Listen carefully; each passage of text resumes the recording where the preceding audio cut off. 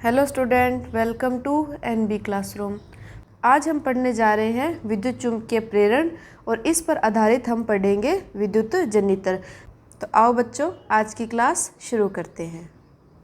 Okay student, तो देखिए topic है हमारा विद्युत चुम्बकीय प्रेरण। इसका जो प्रैक्टिकल किया था वो फैराडे नाम के वैज्ञानिक ने किया था।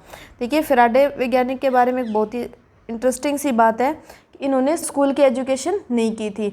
ये सिर्फ एक बुक शॉप पे काम करते थे, बुक शॉप में बुक्स आती थी, उनको पढ़ते थे और पढ़ पढ़ के ये इतने बड़े वैज्ञानिक बन गए और इन्होंने जैसे विद्युत चुम्बकीय प्रेरण है, विद्युत अपघटन के नियम है, इनका प्रतिपादन किया था। तो आओ पढ़ते हैं हम विद्युत चुम्बकीय प्रेरण क्या होता है। देखिए कि किसी कुंडली व चुंबक के मध्य सापेक्ष गति के कारण कुंडली में उत्पन्न विद्युत प्रभाव को विद्युत चुम्बकीय प्रेरण कहते हैं। अब देखो पहले हमने क्या पढ़ा था कि जैसे कोई कुंडली है उसमें धारा प्रवाहित करेंगे तो वो चुंबक की तरह व्यवहार करेगी, है ना। अब क्या है कि हम क्या करेंगे, कोई कुंडली और चुंबक के मध्य गति करवाएंगे। गति करने से कुंडली के अंदर धारा उत्पन्न होगी। जैसे हम इसको यहाँ इस तरीके से समझ सकते हैं, ये धारामापी है, ये क्या करता है, परिपथ में धारा का संसूचन करता है, यानी धारा है या नहीं तब बताएगा। एमीटर जो था वो क्या बताता था कि कितने एम्पियर धारा जा रही है, और गैल्वेनोमीटर, इसको जी से लिखते धारामापी बोलते हैं, ये क्या बताता है कि धारा है या नहीं। ठीक है, हम क्या करते हैं, एक चुंबक को इस तरीके से गति कराते हैं, जैसे एन या एस ले लो, इसको ऐसे पास ले जाएं या दूर ले जाएं, तब क्या हम देखते हैं कि इस गैल्वेनोमीटर में ऐसे विक्षेप आता है। इसकी सुई क्या होती है, ऐसे जीरो पे रहती है ना। जैसे इसको पास लेके जाएंगे तो धारा होएगी, तो ये क्या करेगी, इस तरह से विक्षेप दिखाएगी।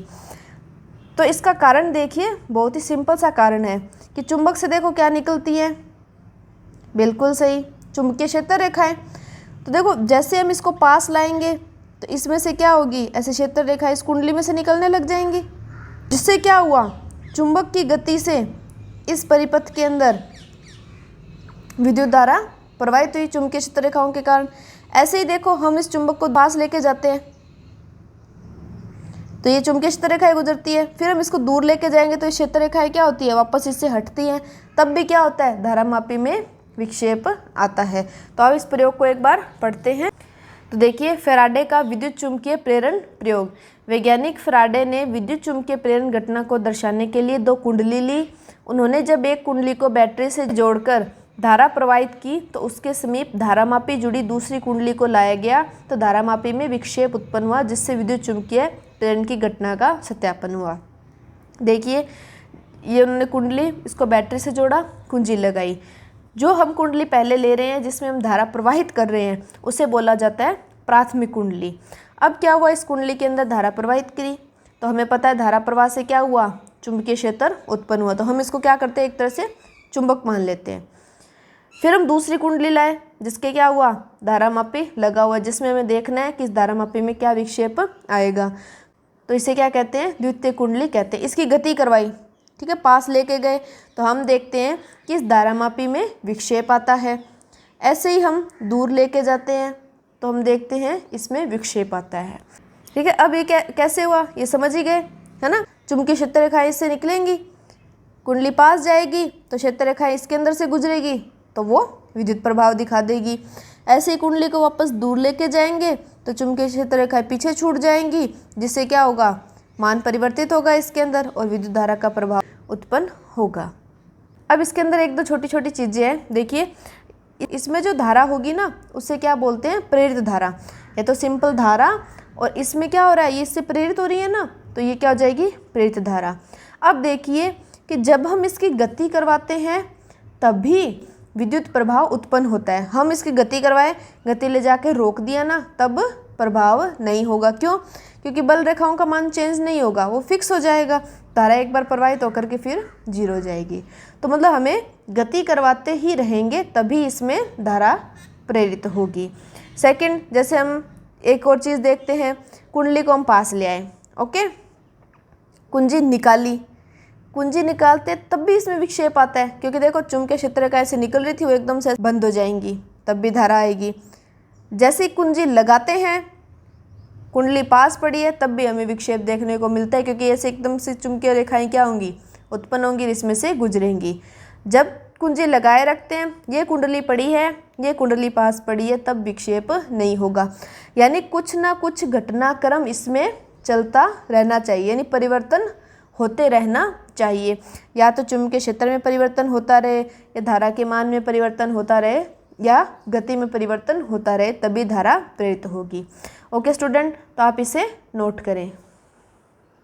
ठीक है स्टूडेंट, तो हमने देखा कि विद्युत चुंबकीय प्रेरण की क्या घटना हुई और हमने इसका कारण भी समझा। तो अब हम इस कारण को लिख लेते हैं। देखिए क्या कारण रहा इसका, कि जब प्राथमिक कुंडली में कुंजी लगाते हैं तो प्राथमिक कुंडली में प्रवाहित विद्युत धारा में परिवर्तन होता है, बिल्कुल होता है। कुंजी नहीं थी तब धारा कितनी थी, 0। कुंजी लगाते ही धारा बहने लग गई। व इससे चुंबकीय क्षेत्र उत्पन्न होने से चुंबकीय क्षेत्र रेखाएं बनती हैं, बिल्कुल बनती हैं। जब द्वितीयक कुंडली को इस क्षेत्र में लाया जाता है तो इसी संबंध चुंबकीय क्षेत्र रेखाओं से विद्युत धारा प्रेरित होती है, और यह धारा तब तक प्रेरित रहती है जब तक आपेक्षिक गति होती रहे, यानी किसी प्रकार की इस द्वितीय कुंडली की गति होती रहेगी तभी तक धारा प्रेरित रहेगी। नेक्स्ट हम धारामापी एक परिभाषा लिख लेते हैं।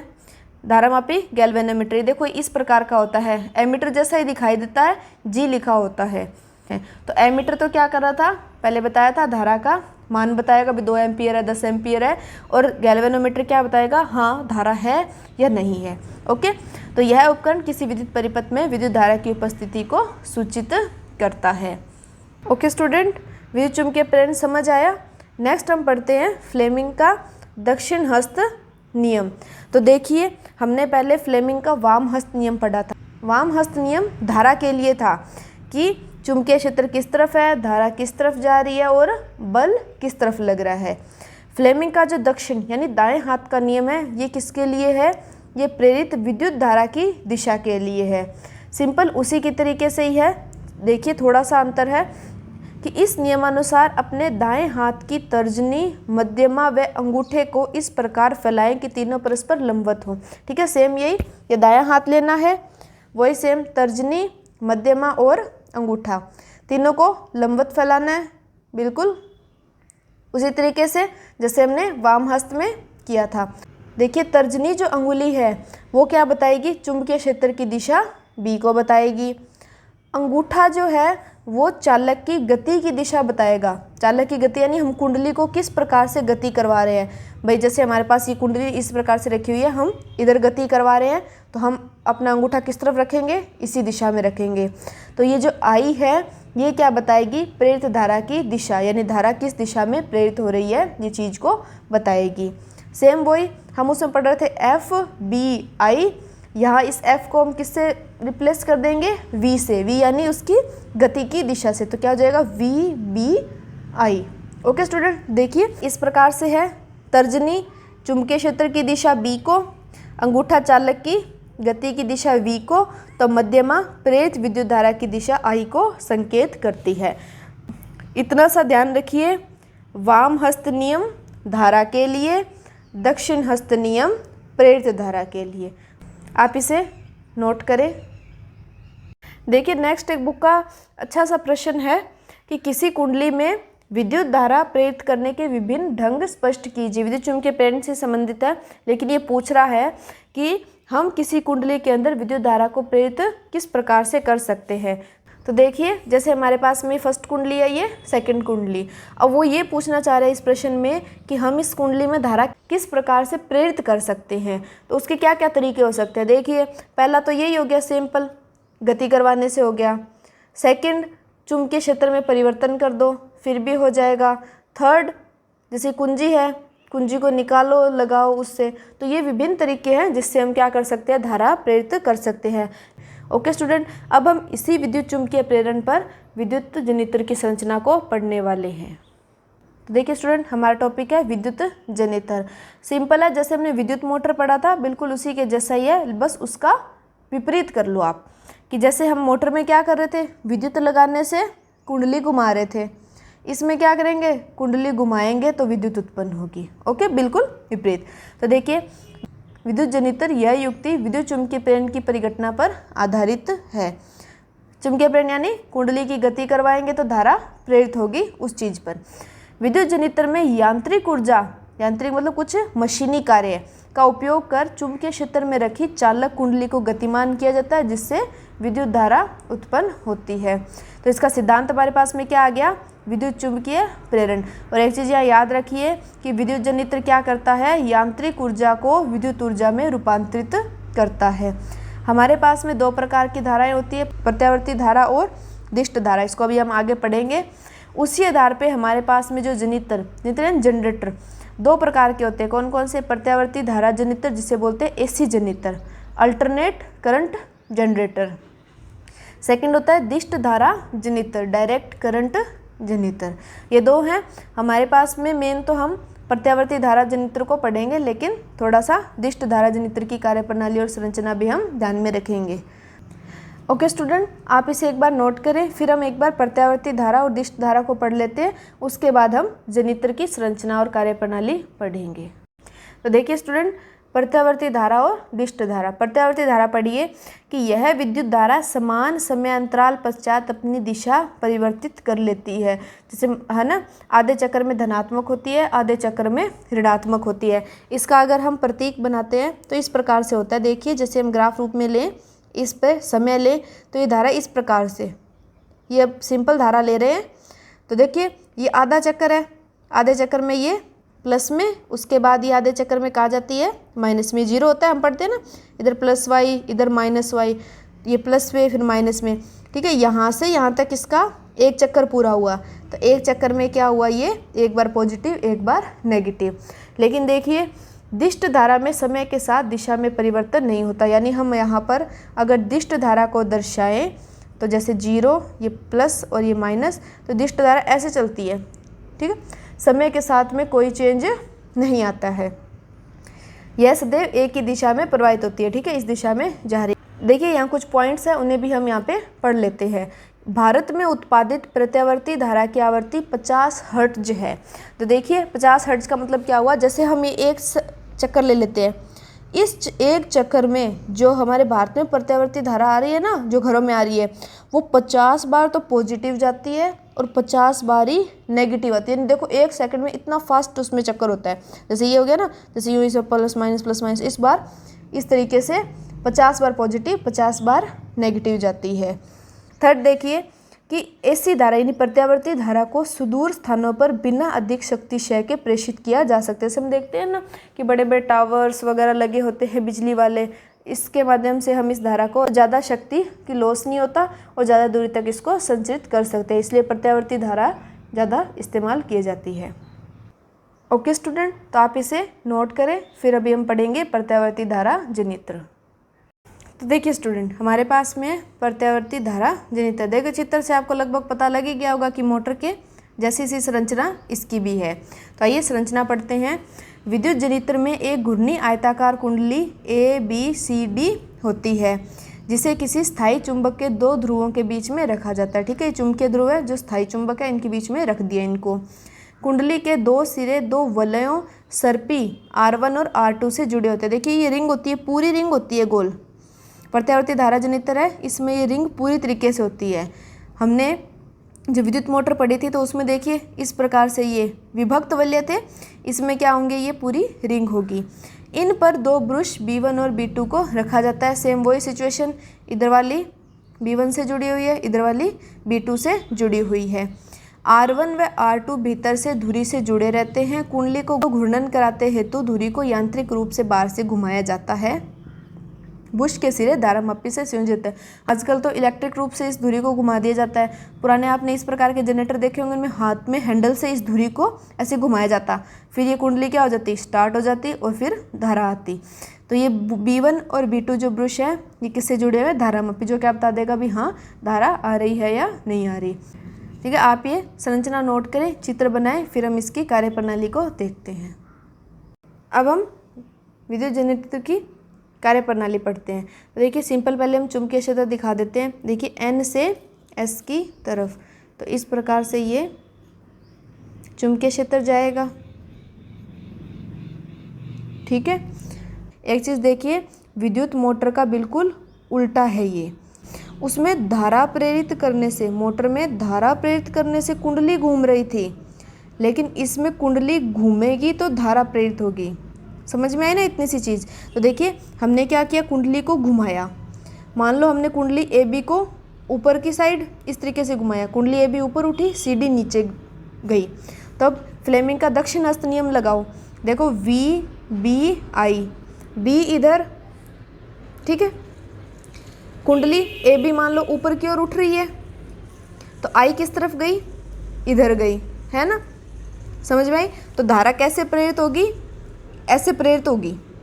हाँ अब देखिए अगले आधे चक्कर में सी डी इधर आई, पहले सी डी में धारा इस तरीके से जा रही थी, देखो B1 से धारा जा रही थी B2 की तरफ, अब सी डी इधर आ गई, तो सी डी भुजा में वही देखिए वी बी आई, तो अब सी डी भुजा की गति देखो ऊपर होगी, चुंबकीय क्षेत्र इधर जा ही रहा है, तो धारा कैसे प्रेरित होगी, ऐसे।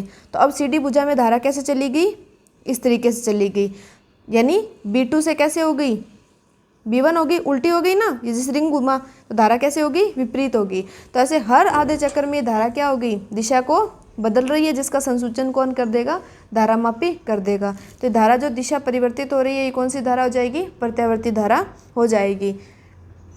तो इसको हम इस तरीके से देखिए थोड़ा सा, ठीक है। जैसे शुरू में क्या हुआ, धारा कैसे गई, इस तरीके से, है ना, फ्लेमिंग के नियम से याद कर लो, बी इस तरफ, कुंडली की गति ऐसे, तो ए बी भुजा में धारा इस तरफ और सी डी में इस तरफ होते हुए गई। जैसे ये आधा चक्कर यूँ हुआ, ऐसे घूमा, तो अब देखिए सी डी भुजा में धारा कैसे जाएगी, इस तरफ, और ए बी भुजा में इस तरफ, तो धारा की दिशा क्या हो गई, दोनों भुजाओं में परिवर्तित हो गई। तो इस प्रकार से धारा में क्या हुआ, परिवर्तन हुआ, ठीक है, प्रत्येक आधे चक्कर में। तो देखिए जैसे इस तरीके से और फिर इस तरीके से, तो दोनों कुंडलियों की भुजाओं में धारा क्या करती है, आधे चक्कर के बाद में अपनी दिशा बदल लेती है। तो यही धारा क्या होती है, प्रत्यावर्ती धारा होती है। तो फटाफट हम इसकी कार्यप्रणाली को थोड़ा देख लेते हैं कि वलयों से जुड़ी धुरी को घुमाने पर कुंडली ए बी सी डी की भुजा ए बी ऊपर की ओर, सी डी नीचे की ओर स्थायी चुंबक द्वारा उत्पन्न चुंबकीय क्षेत्र में गति करती है। फ्लेमिंग दक्षिण हस्त नियमानुसार ए बी और सी डी भुजा में विद्युत धारा प्रेरित होने लगती है। प्रथम अर्ध चक्कर में बाह्य परिपथ में B2 से B1 तथा अगले अर्ध चक्कर में B1 से B2 दिशा में विद्युत धारा प्रवाहित होती है। इस प्रकार ऐसी विद्युत धारा जो समान समय अंतराल के बाद अपनी दिशा परिवर्तित कर लेती है प्रत्यावर्ती धारा कहलाती है। और ये जो प्रत्यावर्ती धारा उत्पन्न करने की युक्ति थी, इसे क्या करते हैं, प्रत्यावर्ती विद्युत धारा जनित्र कहते हैं। ठीक है, एकदम सिंपल है, बिल्कुल प्रैक्टिकल सी चीज़ है, कुछ नहीं है। फ्लेमिंग का नियम याद रखिए, फ्लेमिंग के नियम से इसको निकालिए, तो बहुत ही हम आसान तरीके से इसको लिख सकते हैं। तो आप नोट करें। नेक्स्ट हम स्टूडेंट यहाँ पर थोड़ा सा दिष्ट धारा जनित्र को भी समझ लेते हैं। देखिए प्रत्यावर्ती धारा जनित्र और इसकी संरचना समान है, अंतर कितना है कि विभक्त वलय प्रकार के दिक् परिवर्तक उपयोग किए जाते हैं। देखिए ये प्रत्यावर्ती धारा जनित्र है, इसमें तो इस प्रकार के रिंग लगे हुए हैं दोनों, और इसमें क्या हो जाएगा, जो हमने मोटर में पढ़े थे ना विभक्त वलय, वो लगे रहेंगे। तो वो क्या करेंगे, आपको पता ही है, धारा की दिशा जैसे प्रत्यावर्ती धारा में तो यहाँ क्या हो रही थी, आधे चक्कर के बाद भुजाओं में दिशा बदल रही थी, उस बदली हुई दिशा को कम्यूटेटर क्या कर देंगे, सेट कर देंगे, तो धारा क्या होगी, एक ही दिशा में बहेगी, है ना, सिंपल सी। तो देखिए इस व्यवस्था के साथ एक ब्रश सदैव उस भुजा के संपर्क में रहता है जो ऊपर की ओर गति करती है, और दूसरे नीचे की ओर गति करती हुई भुजा के साथ संपर्क में रहता है। यानी एक तो इसके साथ रहेगा जो हमेशा नीचे की तरफ जाएगी, एक ऊपर की तरफ। तो ऐसे करने से क्या होगा, धारा एक ही दिशा में प्रेरित होती रहेगी। तो इस प्रकार की जो संरचना है उसे क्या कहते हैं, दिष्ट धारा जनित्र कहते हैं। हमारी बुक में मेन रूप से प्रत्यावर्ती धारा जनित्र दिया गया है, दिष्ट धारा और इसमें थोड़ा सा अंतर ही समझाया गया है। तो आप इसे भी ध्यान में रखें और नोट करें। फिर नेक्स्ट बच्चों एक छोटा सा टॉपिक है हमारा घरेलू विद्युत परिपथ, जो घरों में सर्किट हम यूज़ करते हैं उसके रिलेटेड। तो देखिए हम सबसे पहले इसमें छोटी छोटी सी बातें हैं वो देख लेते हैं। सबसे पहले आता है विद्युत मेंस। इन घरों में विद्युत शक्ति आपूर्ति की जो मुख्य लाइनें होती हैं वो क्या कहलाती है, विद्युत मेंस कहलाती है। इसमें याद रखें जो प्रत्यावर्ती वोल्ट है वो कितनी होगी, 220 वोल्ट, और आवृत्ति 50 हर्ट्ज की रहती है। फिर अब आते हैं जिससे हमारे अपरेटस कनेक्ट रहते हैं, जो हमारे जो मेन स्विच होता है वहाँ से लेकर के जो अपरेटस हम चला रहे हैं उन तक जो वायर हम यूज़ करते हैं वो कौन कौन से। देखिए फर्स्ट आती है विद्युत नम्य तार, जिसे धनात्मक तार भी कहते हैं। ये प्राय जिसके ऊपर वायर के ऊपर रेड कलर का आवरण लगा होता है वो कौन सी होती है, विद्युत नम्य धनात्मक तार। सेकंड आती है उदासीन तार, जिसे ऋणात्मक टर्मिनल की तरह व्यवहार करते हैं। देखिए उदासीन और ऋणात्मक में कन्फ्यूज मत होइएगा, नाम इसका उदासीन तार है व्यवहार ऋणात्मक टर्मिनल की तरह करेगी। तो ये प्राय काले विद्युतरोधी आवरण की होती है, ब्लैक कलर का इसके ऊपर विद्युतरोधी कवर चढ़ा हुआ होता है। थर्ड आती है भू संपर्कित तार। इनमें प्राय हरे रंग का आवरण हमें देखने को मिलता है।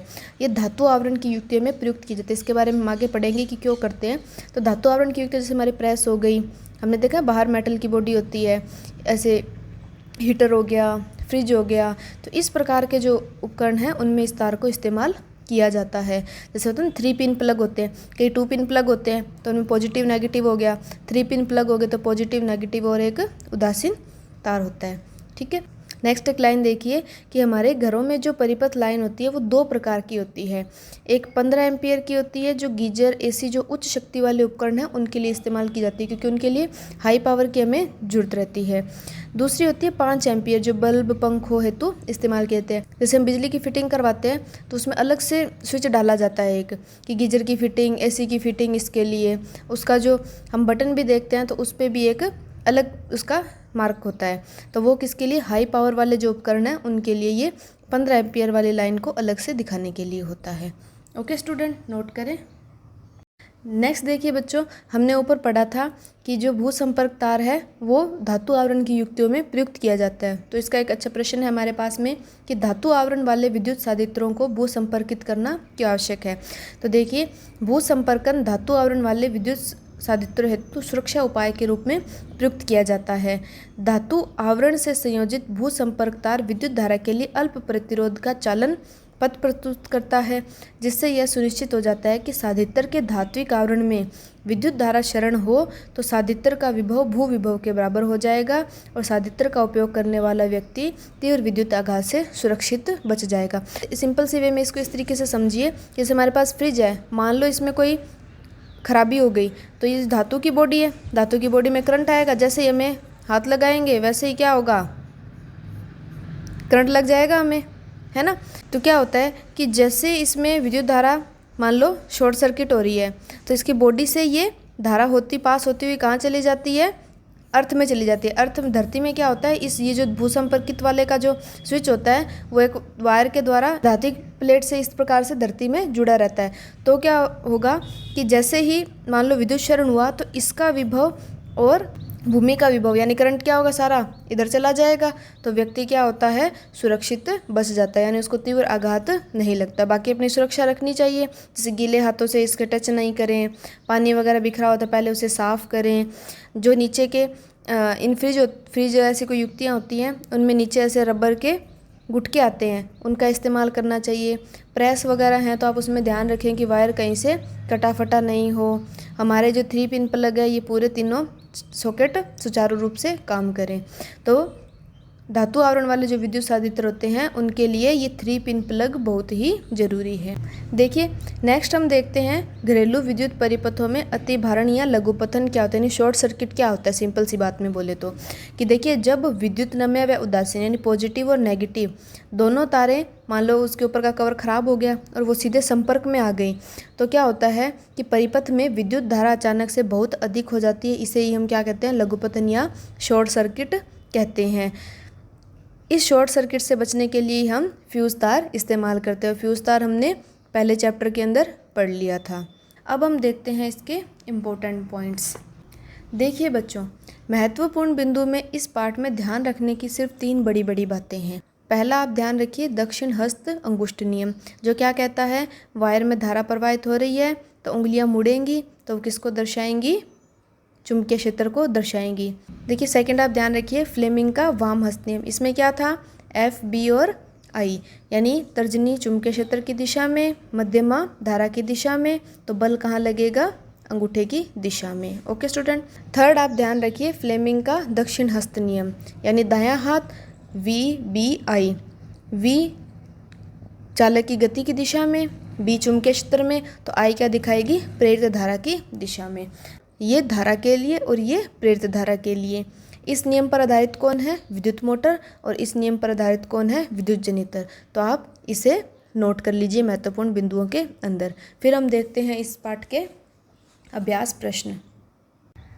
ओके स्टूडेंट, तो यहाँ हमारा चैप्टर खत्म होता है। अब हम इसके फटाफट अभ्यास प्रश्न देख लेते हैं। तो आइए देखिए, पहला क्वेश्चन है कि निम्नलिखित में से कौन किसी लंबे विद्युत धारावाही तार के निकट चुंबकीय क्षेत्र का सही वर्णन करता है। ऑप्शन देखिए, चुंबकीय क्षेत्र की क्षेत्र रेखाएं तार के लंबवत होती है। जैसे ये तार है, इसके लंबवत होती है। क्या इस प्रकार से होती है? बिल्कुल नहीं होती। सेकंड देखिए, तार के समांतर, जैसे ये तार इसके समांतर इस प्रकार से, ऐसा होता है? बिल्कुल नहीं। तीसरा है, क्षेत्र रेखाएं अरीय होती है जिनका उद्भव तार से होता है, यानी ये तार से यूं इस तरीके की निकलती है, ये भी नहीं होता है।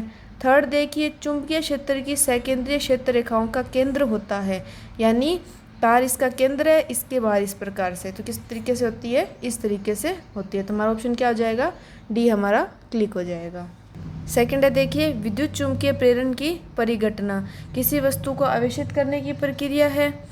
किसी कुंडली में विद्युत धारा प्रवाहित होने के कारण चुंबकीय क्षेत्र उत्पन्न करने की प्रक्रिया है। कुंडली तथा चुंबक के बीच अपेक्षिक गति के कारण कुंडली में प्रेरित विद्युत धारा उत्पन्न करना है। किसी विद्युत मोटर की कुंडली को घुमाने की प्रक्रिया। देखो, आवेश की नहीं है, आवेश की तो घर्षण, चालन ये सब हो गया।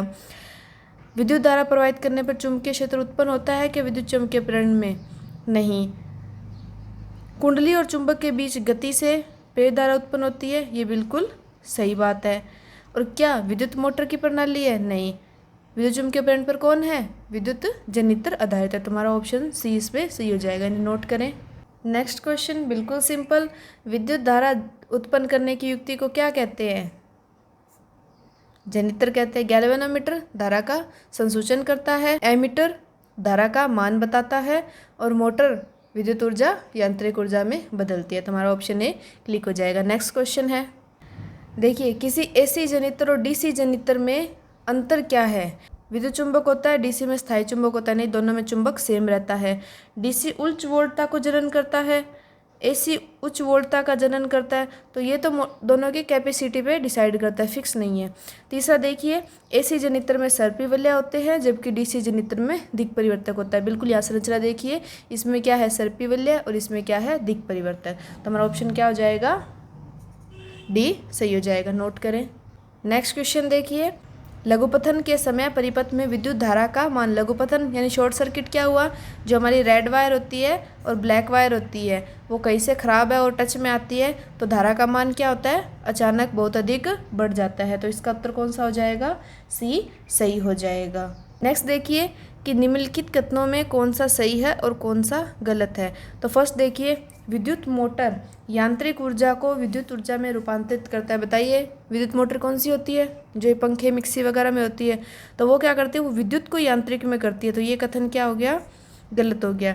सेकंड देखिए, विद्युत जनित्र विद्युत चुंबकीय प्रेरण के सिद्धांत पर कार्य करता है। बिल्कुल सही। क्या सिद्धांत था? कुंडली को घुमाने से क्या होगी? विद्युत उत्पन्न होगी। थर्ड देखिए, किसी लंबी वृत्ताकार धारावाही कुंडली के केंद्र पर चुंबकीय क्षेत्र समांतर सीधी रेखाएं होती है। बिल्कुल होती है।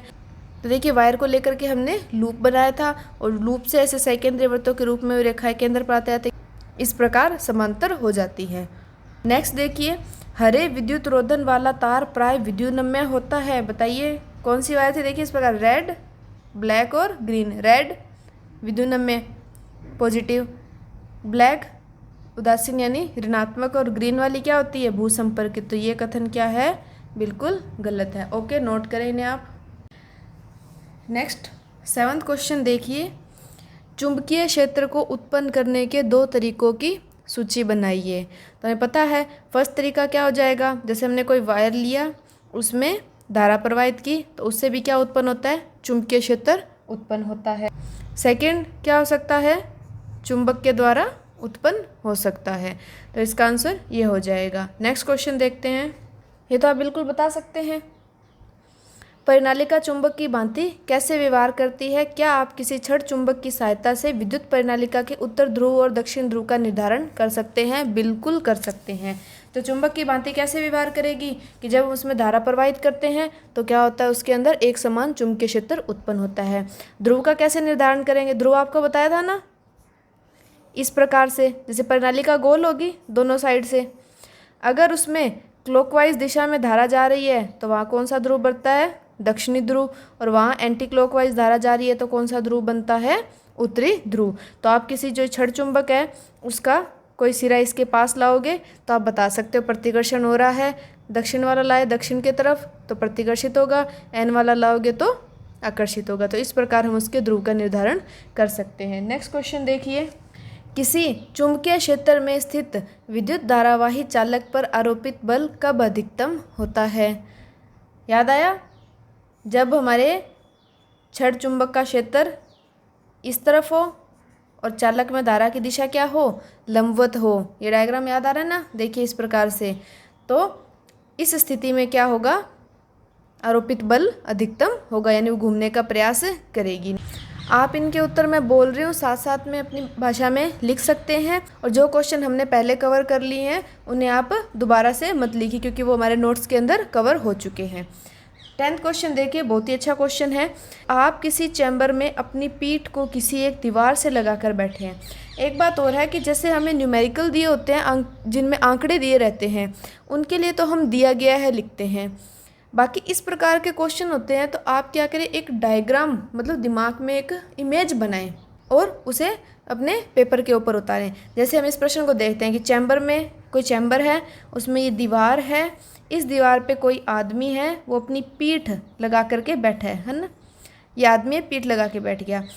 कोई इलेक्ट्रॉन पुंज आपके पीछे की दीवार से सामने वाली दीवार की ओर गमन करता है। जैसे यहाँ इधर जा रहे हैं, पीछे की दीवार है, इस दीवार से इधर कोई दीवार है, वहाँ पर जा रहा है। किसी प्रबल चुंबकीय क्षेत्र द्वारा दाईं ओर विक्षेपित होता है। जैसे इसको हम इस तरीके से दिखाते हैं, दाईं ओर मतलब यूँ, ये ऐसे आ रहा है, ठीक है। ये व्यक्ति ऐसे बैठा है, ये बायां इसका, ये दायां। आप खुद को इमेजिन करके देखिए, किसी दीवार के पास बैठे हैं तो दायां इस तरफ, तो ये कहाँ विक्षेपित हो रहा है? इस तरफ, यानी बल कहाँ लग गया इसके ऊपर? इस तरफ। चुंबकीय क्षेत्र की दिशा क्या है? हमें क्या ज्ञात करना है? बी को ज्ञात करना है। अब देखिए सेम हमने ऐसा क्वेश्चन किया था, इलेक्ट्रॉन इस तरफ है तो धारा किधर? इस तरफ प्रवाहित होगी। बल है ही तो कौन सा नियम लगाएंगे? देखो FBI, कौन सा? फ्लेमिंग का बाएं हाथ का नियम। तो बाएं हाथ सेट कर लो, FBI। तो I देखिए इधर, F कहाँ है? दाईं तरफ। ओके, देख पा रहे हैं? हाथ को सेट कर लिए इस प्रकार से। देखिए FBI, I इधर है, दाईं ओर बल लग रहा है, तो B की दिशा क्या होगी? नीचे की ओर, ठीक है। तो चुंबकीय क्षेत्र की दिशा क्या हो जाएगी? डाउनवर्ड्स, यानी नीचे की तरफ। ओके। नेक्स्ट 11th क्वेश्चन है, विद्युत मोटर का नामांकित आरेख खींचिए, इसका सिद्धांत और कार्यविधि स्पष्ट कीजिए, विद्युत मोटर में विभक्त वलय का क्या महत्व है। ये क्वेश्चन हम पहले कवर कर चुके हैं, आप वहाँ से इसको देख करके कंप्लीट कीजिए। नेक्स्ट क्वेश्चन देखते हैं, ऐसी कुछ युक्तियों के नाम बताइए जिनमें विद्युत मोटर उपयोग किए जाते हैं। वॉशिंग मशीन हो गए, मिक्सर जूसर हो गए, तो ये प्रकार की कई युक्तियाँ, ये क्वेश्चन भी हम पहले कवर कर चुके हैं। नेक्स्ट देखिए, कोई विद्युत रोधी तांबे के तार की कुंडली किसी गैल्वेनोमीटर से संयोजित है, यानी इस प्रकार की कोई कुंडली है जो G यानी धारामापी गैल्वेनोमीटर से जुड़ी हुई है। क्या होगा यदि कोई छड़ चुंबक? इस क्वेश्चन को अच्छे से देख लीजिएगा। इस वीडियो के डिस्क्रिप्शन में CBSE और RBSE के मैंने प्रीवियस ईयर के क्वेश्चन डाले हैं, उनमें आपको इस प्रकार के क्वेश्चन देखने को मिल जाएंगे। तो देखिए क्या करते हैं कि कोई छड़ चुंबक है, हम कोई भी ले लेते हैं, कोई सिरा, ये मैं यहाँ पे मेंशन नहीं किया कौन सा लाना है, तो हम सिंपल ले लेते हैं। पहला में क्या पूछ रहा है? कुंडली में धकेला जाता है। ये कह रहा है हमने कुंडली को इसके अंदर धकेला, तो ये धारामापी मतलब क्या होगा? तो बताओ, 3 कंडीशन है हमारे पास में, फर्स्ट, सेकंड और थर्ड, कि गैल्वेनोमीटर में संयोजित है। तो गैल्वेनोमीटर में क्या होगा? देखो गति करवाएंगे तो गैल्वेनोमीटर में विक्षेप होगा। कुंडली के भीतर से बाहर खींचा जाता है, यानी अब ये चुंबक कहाँ है? कुंडली के अंदर, बाहर खींचेंगे तो भी गैल्वेनोमीटर में विक्षेप बिल्कुल होगा। थर्ड है, कुंडली के भीतर स्थिर रखा जाता है।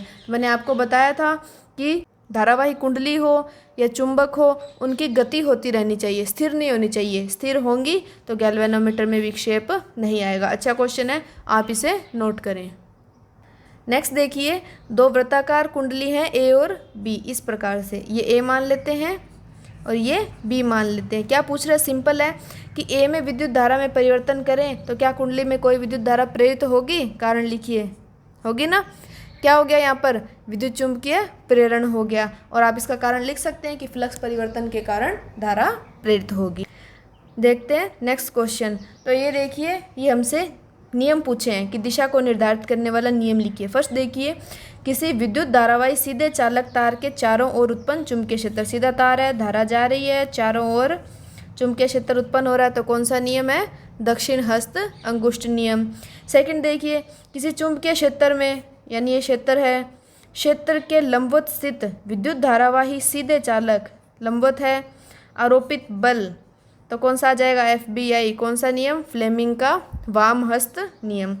थर्ड देखिए, किसी चुंबकीय क्षेत्र में किसी कुंडली के घूर्णन कराने पर उस कुंडली में उत्पन्न प्रेरित विद्युत धारा, प्रेरित नाम आता ही कौन सा? फ्लेमिंग का दक्षिण हस्त नियम। ये पूरा चैप्टर इन नियमों के ऊपर ही है, सिर्फ 3 नियम है, बहुत ही सिंपल और बहुत ही इजी से नियम है। इन नियमों को अच्छे से कवर करना है हमें। नेक्स्ट क्वेश्चन देखते हैं। सिंपल है, विद्युत जनित्र का मूल सिद्धांत और कार्यविधि स्पष्ट कीजिए, इसमें ब्रुशों का क्या कार्य है? जनरेटर का सिद्धांत और कार्यविधि हमने पढ़ी हुई है, वहाँ ये क्वेश्चन कवर अप हो जाएगा। नेक्स्ट देखिए, किसी विद्युत तार में लघु पतन कब होता है? बता सकते हैं, रेड वायर और ब्लैक वायर दोनों में मान लो किसी वजह से इनका जो विद्युत विरोधी आवरण है वो क्षतिग्रस्त हो गया और दोनों एक दूसरे के टच में आए, टच में आते ही लघु पतन शॉर्ट सर्किट हो गया। लास्ट 18 क्वेश्चन, भू संपर्क तार का क्या कार्य है? धातु के आवरण वाले विद्युत संधारित्रों को भू संपर्कित करना क्यों आवश्यक है? ये क्वेश्चन भी हम कवर अप कर चुके हैं, यानी इलेक्ट्रिक शॉक नहीं लगे उसके लिए भू संपर्कित तार यूज़ करते हैं, जो किस कलर का होता है? ग्रीन कलर के आवरण का होता है। ओके स्टूडेंट, तो हमारा पार्ट 13 विद्युत धारा के चुंबकीय प्रभाव यहाँ पर ख़त्म होता है। इस वीडियो के डिस्क्रिप्शन में आपको CBSE और RBSE के प्रीवियस ईयर के क्वेश्चन पेपर मिल जाएंगे। आप उन्हें डाउनलोड करेंगे और एनालिसिस करेंगे तो एक चीज़ देखने को मिलेगी कि हम जो मेन चीज़ें इसमें पढ़ते आए हैं वही सारी हमारे एग्ज़ाम में पूछी गई हैं। जैसे फ्लेमिंग के नियम हैं, विद्युत मोटर, विद्युत जनरेटर हैं, इस प्रकार के प्रश्न ही इस पार्ट में से उठाए गए हैं। बहुत सिंपल है और स्कोरिंग तो है ही। नेक्स्ट हम शुरू करने जा रहे हैं पार्ट 10 प्रकाश। पार्ट 10 और 11 ये आपस में रिलेटेड से हैं, दोनों प्रकाश से ही हैं, तो हम 10वां पार्ट पढ़ेंगे, उसके बाद हम 11वें चैप्टर के ऊपर जाएंगे। आई होप आप सबको अच्छे से समझ आ रहा होगा। ओके स्टूडेंट, तो मिलते हैं नेक्स्ट क्लास में नए चैप्टर के साथ में। टिल देन पढ़ते रहिए, बढ़ते रहिए। Thank you for watching.